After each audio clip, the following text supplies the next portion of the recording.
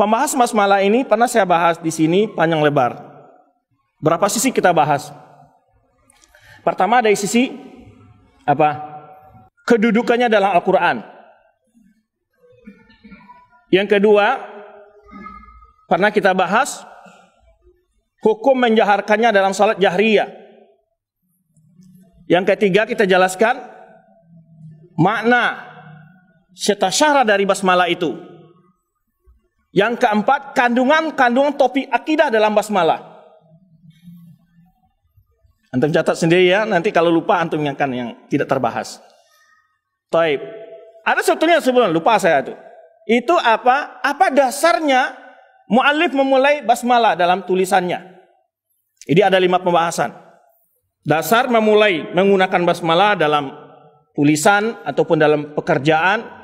Kemudian yang kedua tadi apa? Kita sebutkan kedudukan basmalah dalam Al-Quran, ya, dalam Fatihah dan lainnya. Kemudian bagaimana hukum baca, perbedaan ulama dalam masalah salat jahriyah membaca basmalah jahar atau sir. Yang keempat adalah tafsir dan penjelasan maknanya. Yang kelima adalah apa? Topik-topik akidah dalam basmalah.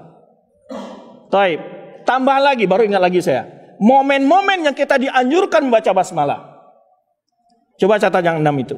Antum catat yang 6 itu, kalau seandainya tidak terbahas oleh ana lebih baik, antum bisa cari sendiri. Itu maksud ana. Sehingga antum mendapat ilmu lagi. Ya, apa saja momen-momen yang kita dianjurkan menyebut basmalah. Apa perbedaan antara basmalah dengan tasmiyah? Itu banyak, baru basmalah saja sekian topik yang hendak kita bahas. Ya. Taib. Pertama, landasan ulama memulai kitab mereka dengan basmalah. Ada 2 jenis ulama memulai kitab mereka, ada basmalah, ada hamdalah. Tetapi yang lebih tepat adalah kalau dalam bentuk tulisan basmalah. Dasarnya yang pertama apa? Dasar pertama iktidaan atau mentoladani bagaimana Allah memulai Al-Qur'anul Karim dengan basmalah, yaitu bismillahirrahmanirrahim. Dalil yang kedua adalah perbuatan Nabi SAW ketika mengirim surat, dan bahkan ini bukan hanya sunnah Rasulullah SAW, sunnah para anbiya.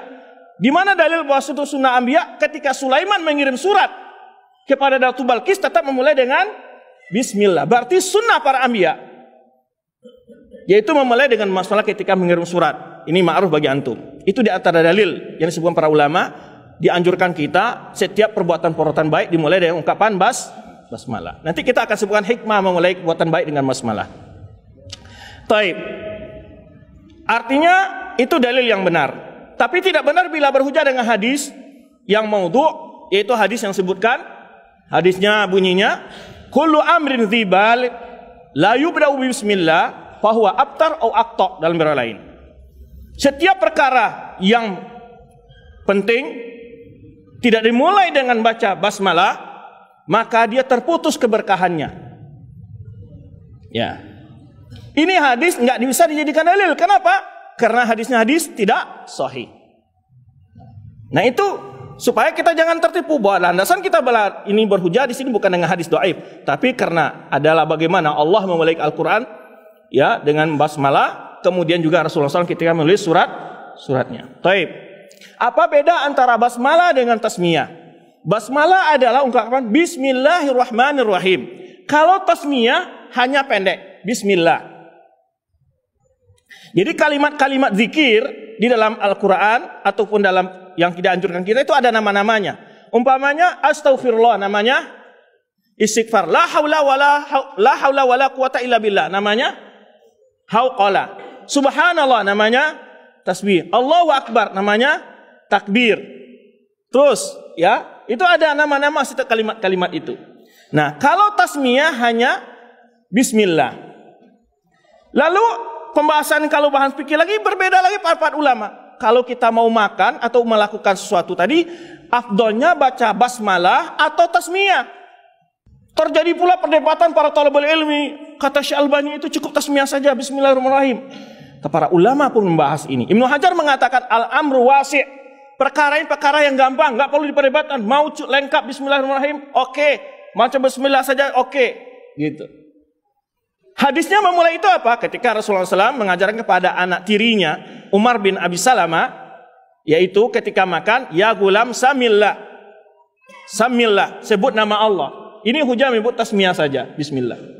Ya. Nah, ini dalil-dalil yang perbedaan antara tasmiyah dan basmalah.